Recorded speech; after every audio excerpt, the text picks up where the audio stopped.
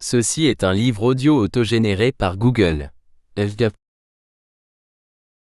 Livre, Les Civilisés, roman. Par Claude Farrer.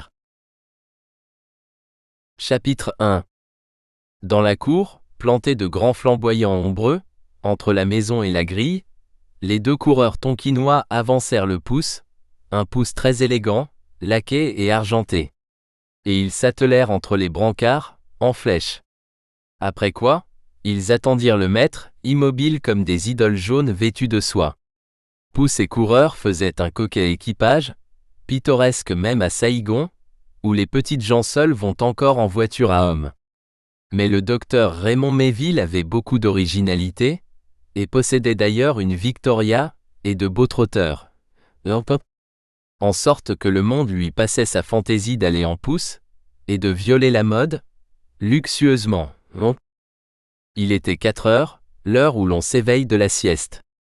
Le docteur ne recevait pas plus tard, procédé discret, dans un pays où les rues sont désertes jusqu'au déclin du soleil. Ce jour-là, Raymond Méville sortait tôt, non pour la classique promenade d'avant-dîner, mais pour quelques visites demi-professionnelles, qu'il espaçait d'ailleurs largement, sa tactique étant d'être rare. Une congaille à chignon lisse ouvrit la porte, jeta quelques lazzi criards au coureur, et s'immobilisa tout à coup, doucereuse, le maître paraissait. Il descendit le perron, d'un pas jeune quoique déjà traînant, caressa du doigt le sein de la femme à travers le quai à eau de soie noire, et monta dans le petit véhicule qui partit à fond de train. Les Tonkinois courant à toutes jambes, pour que le vent de la vitesse rafraîchît le visage de l'homme d'Occident. Aux fenêtres, par les fentes des volets clos au soleil, des regards de femmes admirèrent la joliesse des livrées blanches bordées de pourpre, admirèrent la grâce du promeneur, plus séduisant que le luxe dont il s'entourait. Le docteur Méville était aimé des femmes, d'abord parce qu'il les aimait, et qu'il n'aimait qu'elles, ensuite parce qu'il était beau d'une beauté qui les troublait toutes, d'une beauté sensuelle et molle jusqu'à l'indécence. Il était blanc et blond, avec des yeux bleu foncé trop longs, et une bouche petite et rouge quoiqu'il eût 30 ans passés, il paraissait adolescent, et quoiqu'il fût robuste, on l'imaginait délicat. Ses longues moustaches claires le faisaient ressembler à un Gaulois décadent, que les siècles se seraient fait un jeu d'affiner et d'adoucir. Ressemblance de hasard, Méville se vantait d'être suffisamment civilisé pour que tous les sangs de toutes les origines se fussent mélangés dans ses artères également.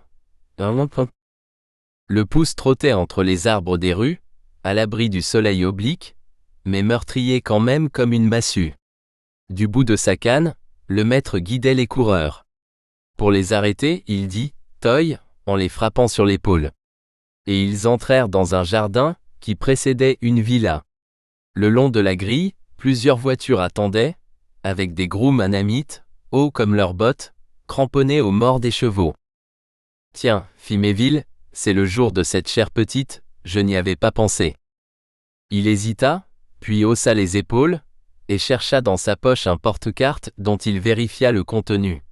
Plusieurs billets de la banque indo-chinoise.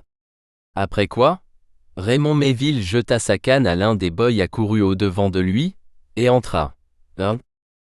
La maison, vieille et vaste, était tout à fait coloniale. 2 antichambres conduisaient au salon, relégué dans l'aile la plus sombre, et prolongé par une véranda fermée de stores opaques. Tout cela était grand à s'y perdre, et haut comme une église, les cloisons ne montaient pas jusqu'au plafond, et l'air tiède circulait sous les solives.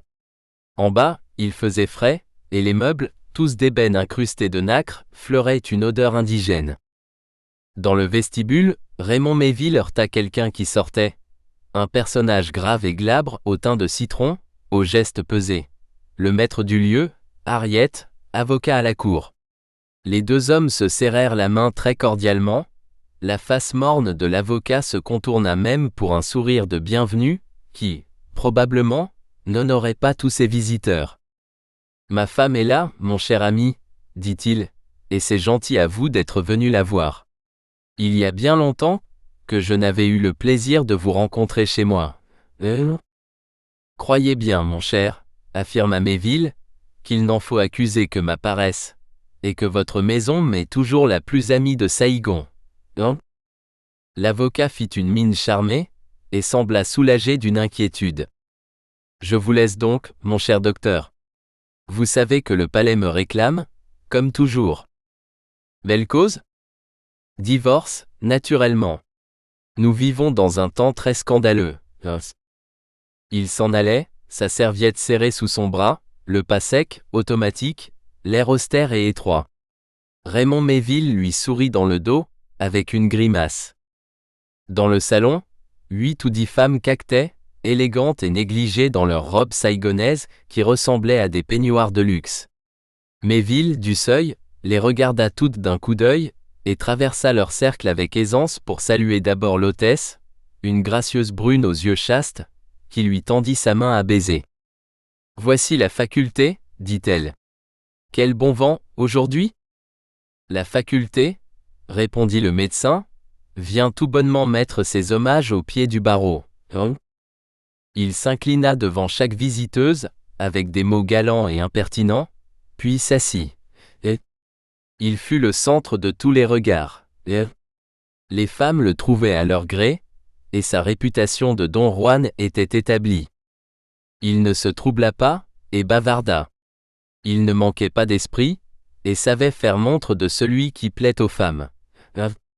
Frivole par sa nature, il s'était étudié à le paraître plus qu'il ne l'était, et se servait de cette frivolité comme d'une arme dans les entreprises amoureuses. On lui savait gré d'être futile et féminin, et on se confiait facilement à lui, sans scrupule d'amour-propre. À propos, dit tout à coup Madame Harriet, j'allais envoyer chez vous, guérisseur. Souffrante? Non, mais j'ai trop chaud. Joli décembre, hein? On ne peut pourtant pas aller à la campagne, la saison des crimes bat son plein. Alors, il faut que vous me tiriez d'affaire, n'importe comment. C'est un jeu d'enfant. Vos pilules, n'est-ce pas? Je n'ai plus d'ordonnance. Il se leva, tira son porte-carte. Je vais vous en faire une. Comment, docteur, dit quelqu'une, vous commandez au thermomètre? Certainement, je lui donne des ordres écrits comme ça, sur le dos d'une de mes cartes. Il s'était appuyé contre un guéridon, dans un coin, et griffonnait. Quand il eut fini, il laissa le carton et revint. Voilà. Vous en aurez pour 15 jours à vous croire au pôle chaque fois que ça vous chantera. Oh? Docteur, dit une jeune femme, donnez la recette pour l'amour de Dieu. L'amour de Dieu ne suffit pas, riposta Raymond moqueur. Mais venez à mon cabinet, petite madame, et l'on s'arrangera tout de même. Hein? Il ne s'était pas rassis, il s'en alla, laissant un sourire à toutes les femmes. La minute d'après, une curieuse alla regarder l'ordonnance laissée sur le guéridon. Ah, fit-elle, Monsieur Méville a oublié son porte-carte. Monsieur Méville oublie toujours quelque chose, prononça Madame Harriet en souriant avec sérénité. Raymond Méville souriait aussi, en remontant en pouce. Comme les coureurs le regardaient, il leur dit « Capitaine Mallet » et se renversa dans les coussins de cuir. Le pouce trotta. Capitaine Mallet habitait au coin du boulevard Norodom et de la rue MacMahon, en face du palais du gouverneur, la plus somptueuse maison de Saïgon. C'était un financier. Le mot capitaine, dans le jargon des Anamites, signifie gentleman, et n'a aucun sens guerrier, un financier considérable par ses millions et par l'usage qu'il en faisait. Directeur de 3 banques, membre de tous les conseils d'administration et fermier de plusieurs impôts, il était une puissance avec qui tout le monde comptait. Par ailleurs, homme selon la formule américaine, pas né, fait soi-même, et mari d'une jolie femme pas coloniale. Raymond Méville trouvait celle-ci à son goût, et recherchait les occasions de l'approcher. Madame Mallet lisait dans sa véranda, son mari auprès d'elle. La véranda était un boudoir Louis XV exquis, tout bleu, avec des balustrades de marbre blanc fouillées à jour. La beauté fine de la jeune femme, une beauté de marquise adorablement blonde et pensive, resplendissait dans ce cadre fait pour elle. Un valet de pied européen, luxe rare à Saïgon, apporta la carte de Mayville. « Vous avez appelé le docteur ?» demanda le financier, et Madame Mallet reposa son livre, et fit un signe négatif. « Alors, dit le mari, il vient vous faire la cour. Laissez-le dire, ma chère, mais n'acceptez pas ces drogues ?» Elle rougit excessivement, non ? Sa peau trop mince, transparente, s'empourprait aux plus minimes émotions. « Henri, dit-elle, à quoi songez-vous là ?»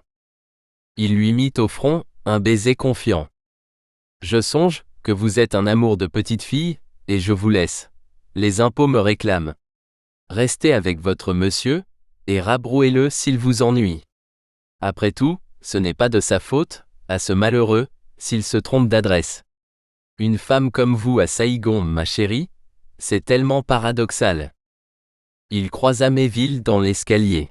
« Docteur, bonsoir, » lui dit-il de son habituel ton bref, très différent de la voix tendre dont il venait de caresser sa femme. « Montez, on vous attend là-haut. Seulement, pas de blague, hein ? Je ne veux pas qu'une seule pilule de votre sacrée cocaïne entre chez moi. Hein ? Mayville protesta de la main. Bon, c'est entendu, pas 1 milligramme.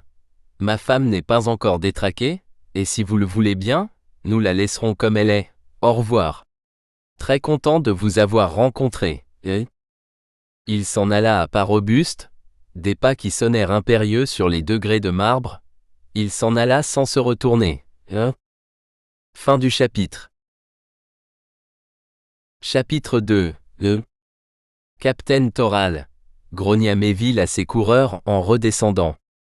La visite avait été courte. Il s'était heurté contre une femme défensive, presque monosyllabique. Maussade pour 1 minute. Les soucis couraient à sa surface plus vite que les risées sur la mer. Il s'enfonça dans son pouce, en abaissant sur ses yeux la visière de son casque de liège. Mais une Victoria passa, et il se leva vite pour saluer 2 femmes qui s'y trouvaient. Et il murmura, distrait déjà de son mécompte, « Voilà qu'on commence à sortir, je risque de manquer Toral. » Toral était le seul homme de Saïgon qu'il fréquenta sans arrière-pensée ni calcul. Toral n'était pas marié, et se portait bien. 2 raisons de ne pas attirer un médecin qui aimait les femmes. Quand même, et malgré le contraste tranchant de leur goût et de leur vie, ces 2 hommes cultivaient une façon d'amitié. Les gens s'en étonnaient. Georges Toral semblait malpropre à faire un ami.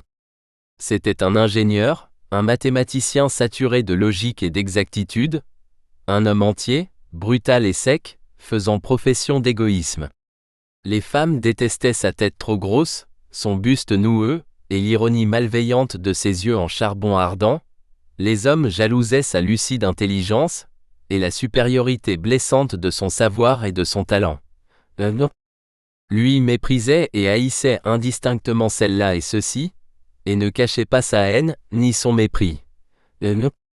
Très indépendant dans sa carrière, parce qu'indispensable partout où il passait, il vivait à l'écart de tous, par morgue, et logeait loin de la ville européenne, dans le quartier méridional de Saïgon qui est un quartier de coulisses indigènes et de prostituées.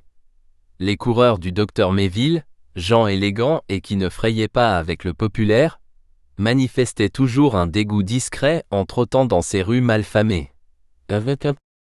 Quand même, c'étaient des rues propres et plantées d'arbres, comme toutes les rues de Saïgon, et rien n'y choquait les yeux. En ce moment, la chaleur du jour déclinait, et Toral, les paupières lourdes d'une sieste trop longue, achevait à la diable un calcul au tableau noir. Il travaillait dans sa fumerie d'opium, car il fumait un peu, avec mesure, comme il faisait toute chose, se vantant d'être un homme bien équilibré et rassis. Le mur du fond était ardoisé, et des hordes d'équations à la craie s'y déployaient en bataille. Debout, et haussant sa taille courte pour atteindre plus haut, l'ingénieur écrivait avec une rapidité folle, intégrait, différenciait, simplifiait, et courait au bout du tableau inscrire les résultats en accolade.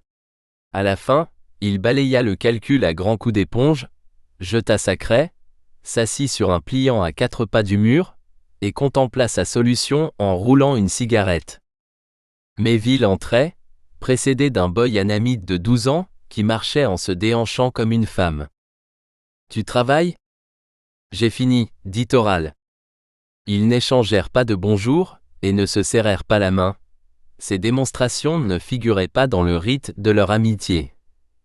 « Quoi de neuf ? » demanda l'ingénieur en pivotant sur son pliant.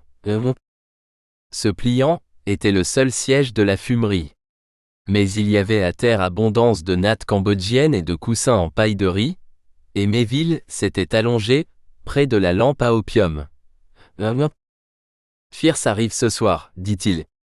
Il m'a télégraphié du Cap Saint-Jacques. Très bien, dit l'ingénieur, on le recevra. As-tu préparé quelque chose ? Oui, dit Mayville. Nous dînerons au cercle, et je venais t'inviter. Rien que nous trois, bien entendu. Parfait. Tu fumes une pipe ? Y en a pas moyen, déclara le médecin en parodiant le jargon indigène. Ça me réussit particulièrement mal depuis quelque temps. Oui ? Railla Toral. Tes belles amies se plaignent de toi, après ? C'est une propriété connue de l'opium, de refroidir fâcheusement les amoureux. Elles se plaignent, prononça philosophiquement le beau docteur. Et le plus triste, c'est qu'elles n'ont pas tort. Hélas, mon cher, j'ai 30 ans. Moi aussi, dit Toral. Le médecin le soupesa des yeux, puis haussa les épaules. Ça paraît moins sur la peau, ça marque plus dans la moelle, conclut-il.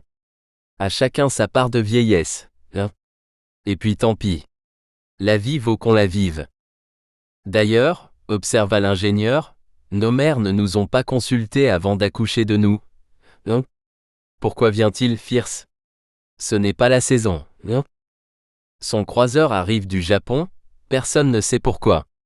D'ailleurs, on ne pénètre jamais la philosophie des manœuvres maritimes, plus que probablement, Fierce n'en sait pas plus que nous, et sa vieille bête d'amiral, un peu moins.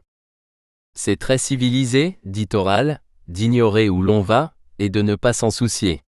Sous condition de n'avoir jamais à me battre, ce qui est trop grotesque, j'accepterais d'être officier de marine, quoique ça sonne bien bête, officier. Fierce est marin comme il serait autre chose. Non, dit l'ingénieur. Il est marin par atavisme, il a eu des tas de gens à sabre et à longue vue parmi ses arrière-grands-pères, et ça a déteint sur lui.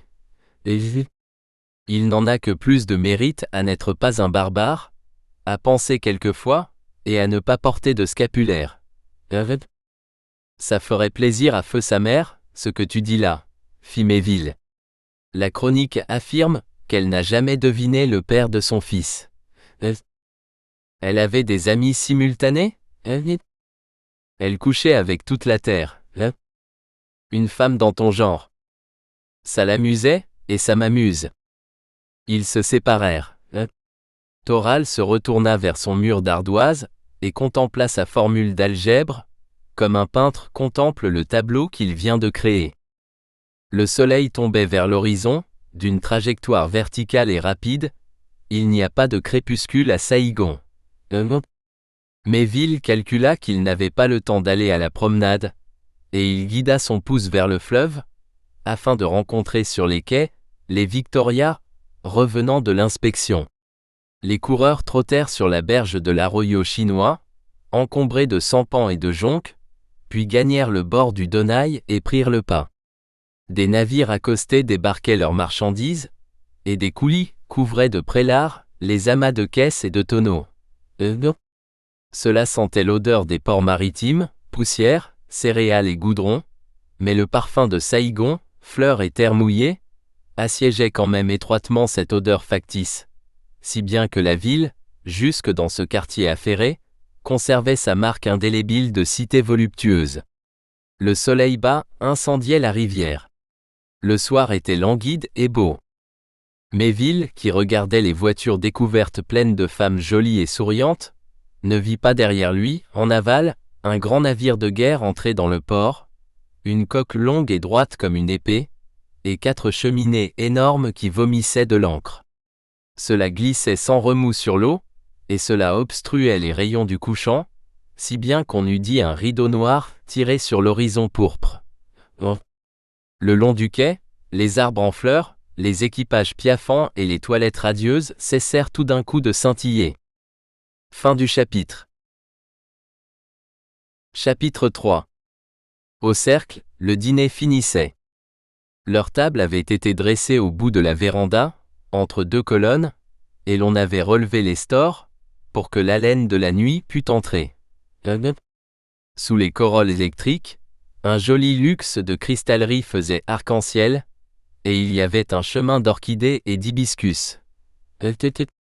Les pancarts remuaient de l'air au-dessus des convives, il faisait presque frais, et quoique l'on vît, par les portes ouvertes, la salle à manger pleine de gens qui faisaient du bruit, on avait, sur ce coin de terrasse, une impression charmante de demi-solitude et de quasi-recueillement. Le dîner finissait. Les boys anamites, aux gestes feutrés, apportaient dans des corbeilles de rotin les fruits asiatiques que l'Europe ne sait pas. Les bananes mouchetées comme des panthères, les mangues rousses comme des vénitiennes, les litchis en argent diaphane, les mangoustans en neige mielée et les kakis couleur de sang, dont le nom fait rire les japonaises. Ils avaient dîné presque silencieux, aucun des trois n'était bavard. Mais maintenant, le vin commençait à délier leur langue, et Fierce contait son voyage. Ses compagnons l'écoutaient et le regardaient, avec la curiosité qu'on a pour les gens qui arrivent de loin, et qui ont fait une longue absence. Il parlait à phrases courtes, et s'interrompait souvent pour songer. La songerie semblait son passe-temps ordinaire. Il était fort jeune, 25 ou 26 ans. Mais il paraissait plus grave et plus amer que beaucoup de vieux. Il avait pourtant de très beaux yeux noirs, des traits passablement réguliers et de grands cheveux fins, le teint mat, les dents belles, la taille haute et bien prise, les mains longues, le front bombé, les attaches minces, tout ce qu'il faut pour qu'un homme n'ait point de haine pour la vie. Il en avait cependant. C'était un compagnon singulier, plein de contradictions.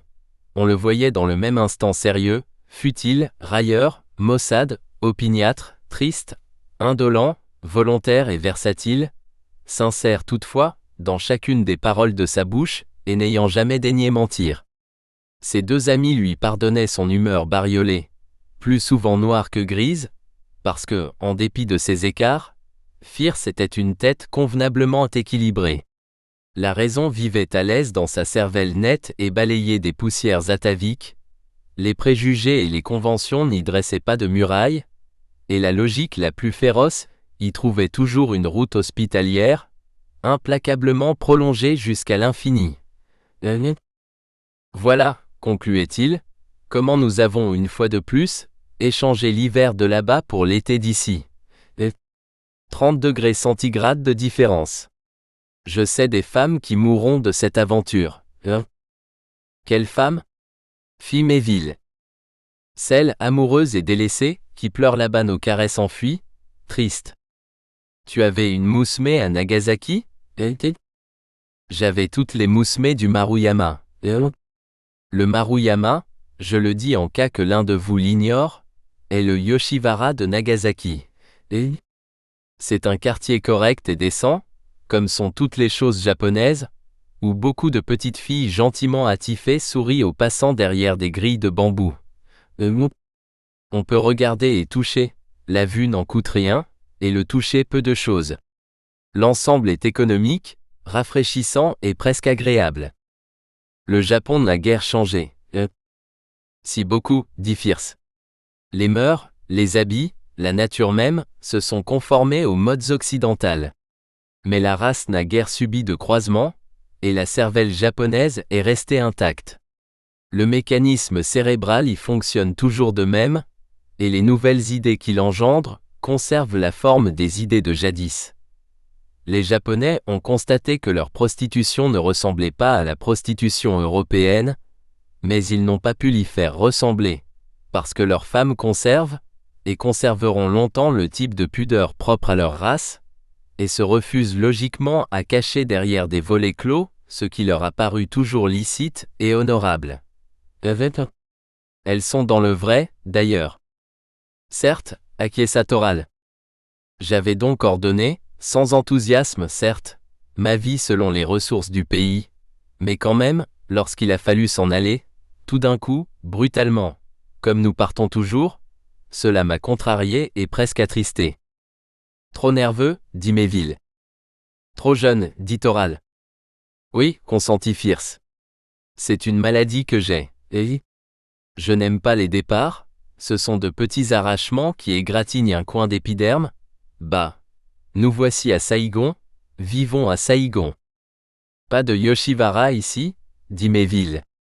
Il te faut une maîtresse, c'est la seule distraction acceptable pour les heures de sieste. Si tu avais le temps, le monde t'offrirait un choix suffisant, mais pour un touriste comme toi, qui ne fait qu'entrer et sortir, le monde est un lupanar trop encombré, où l'on risque d'attendre et de ne pas trouver selon ses goûts. Restent les professionnels. Les blanches sont hors de prix, et hors d'âge aussi. Je ne te les conseille pas, Nous avons par contre un lot gentil d'anamites, de métisses, de japonaises et même de chinoises. Tout cela jeune et frais, sinon joli.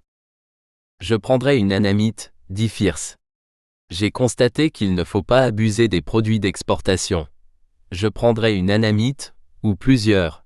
D'ailleurs, nous recauserons de cela, et je vous demanderai votre avis à tous deux. Pas le mien, dit Toral. La question femme sort de ma compétence. Allons donc. Tu n'habites plus là-bas, dans ce quartier sympathique, rue Némésis. Je n'ai pas peur de prononcer le nom, même dans le lieu chic où nous sommes. Rue Némésis, qui jadis s'appela rue du numéro 30, ce qui était un symbole. Oui, et cependant, j'ai renoncé à Satan, la grâce m'a touché. Fierce, étonné, le regarda. Méville rit doucement, les yeux sournois, comme il riait avec les femmes, en leur contant des indécences. Toral, clairement, expliqua. J'ai retranché le coefficient amour de mon équation, parce qu'il dénature à chaque instant l'harmonie du calcul, les termes qu'il multiplie s'en trouvent démesurément augmentés, et toute la vie déformée. D'autre part, quelle difficulté, même pour l'homme le plus civilisé du monde, que de retrancher l'amour, et de conserver la femelle. Le plus simple est de supprimer l'une avec l'autre. C'est ce que j'ai fait. Tu prends des drogues? Non, je n'endigue pas, je dérive. Le dérivatif? Cher monsieur, dit Méville d'une voix très douce, il est grossier d'exiger des points quand les i ne sont pas ambigus. Vous n'ignorez certainement pas que nous sommes à Sodome. Fierce, sans sourciller, choisit un cigare, l'alluma, et fit monter sa fumée en spirale très indifférente. Le vice répugnant de Saïgon ne l'indignait pas. C'est un moyen, dit-il. Mais je ne saurais pas manger de ce pain-là, à tous mes repas. Comme extra, par hasard, oui. On s'en nourrit communément ici. Pas moi, murmura Méville. J'ai essayé. La théorie mathématique de Toral est exacte. Les femmes encombrent la vie, encombrent ma vie. Mais je ne peux pas me passer des femmes. Toral se leva de table. Tous deux, dit-il, vous n'êtes pas encore parvenus au point le plus haut de la courbe. Vous êtes civilisés, mais pas assez, moins que moi. Bah, c'est déjà beau d'être les gens que vous êtes. Ils sortirent. Fin du chapitre. Chapitre 4. C'était une nuit de Saïgon, étincelante d'étoiles, chaude comme un jour d'été occidental. Suivis par la Victoria de Méville, ils marchèrent sans parler.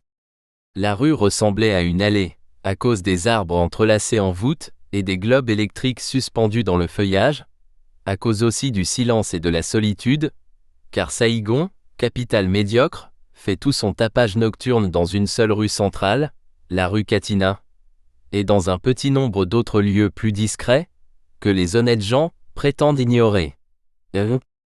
Rue Katina, c'est l'agitation mondaine, correcte, et quand même admirablement libre et impudente. parce que la loi souveraine du pays et du climat prime les mœurs importées. Dans le jour cru des réverbères électriques, entre les maisons à véranda masquées de verdure et de jardin, une cohue bariolée passe et repasse, seulement occupée de son plaisir. Nous espérons que vous avez apprécié cet aperçu. Pour continuer à écouter ce livre audio sur Google Play Livres, utilisez le lien dans la description de la vidéo.